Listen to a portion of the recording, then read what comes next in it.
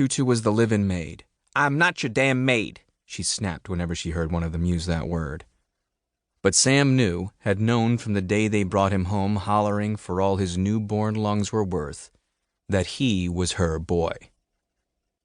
Born on her birthday, delivered into her arms by his desperate mother, Sam belonged to Tutu. He and his skinny white ass wouldn't even be here if it weren't for her. It didn't matter what he said or did, how he treated her, or whether he loved her back. He was hers, she was his. For good. Chapter 2. Should he shave? Sam, locked in the bathroom he shared with his brothers, ran 2 fingers along his jawline and over his upper lip, but instead of sandpaper it felt more like blades of newly sprouted grass. I celebrate myself and sing myself, and what I assume you shall assume. No, that was leaves, not blades of grass, and to judge by his photo, Walt Whitman had never shaved in his life. What did it matter?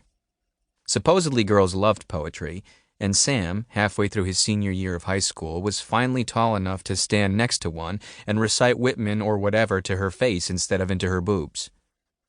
For the first time in his life, Sam was starting to get some second female looks, as in, is that really Sam? Scrawny little Sammy Stein? Scrawny no more. Sam had shot up half a foot since the start of the school year, rocketing in 3 months from puny to lean to, dare one say, lanky? Yes, one would definitely dare, Sam told his reflection. But he still hadn't kissed a girl. At 17. Well, it was a new year, new decade, or almost. 7 hours to go, and 1969 would morph into 1970. Senior spring would officially begin, and Samuel Oren Stein would be free to do whatever the hell he liked with whoever the hell he wanted to do it. His college applications were in. His second round with the SATs was coming up in 6 weeks.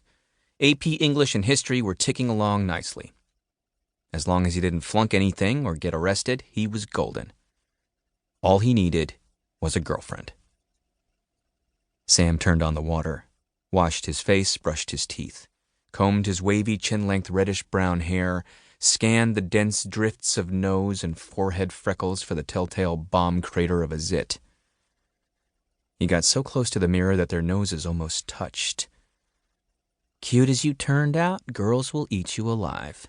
Tutu told him that just last week, and when it came to appearances, Tutu never lied. What would a girl see?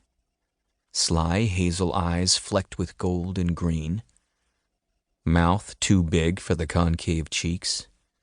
Pale, barely visible eyebrows. Tufts of orange fuzz and freckles. Millions of amber dots that swirled and merged and overlapped in coded patterns.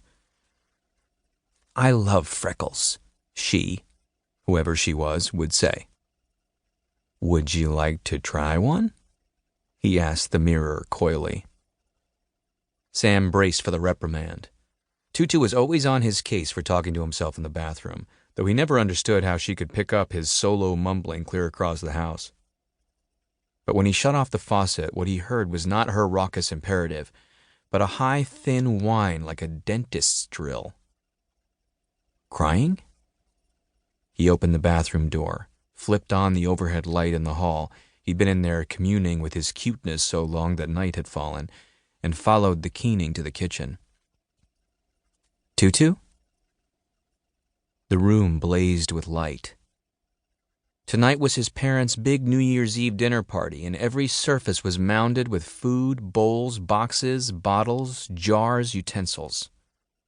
A cast-iron skillet of Crisco sputtered on the stove, but instead of frying, Tutu was collapsed on the patched vinyl bench with the apron pressed to her face. Her knobby shoulders shuddered as she rocked back and forth. Crying. Her? Sam had only seen tears in Tutu's eyes 3 times in his life.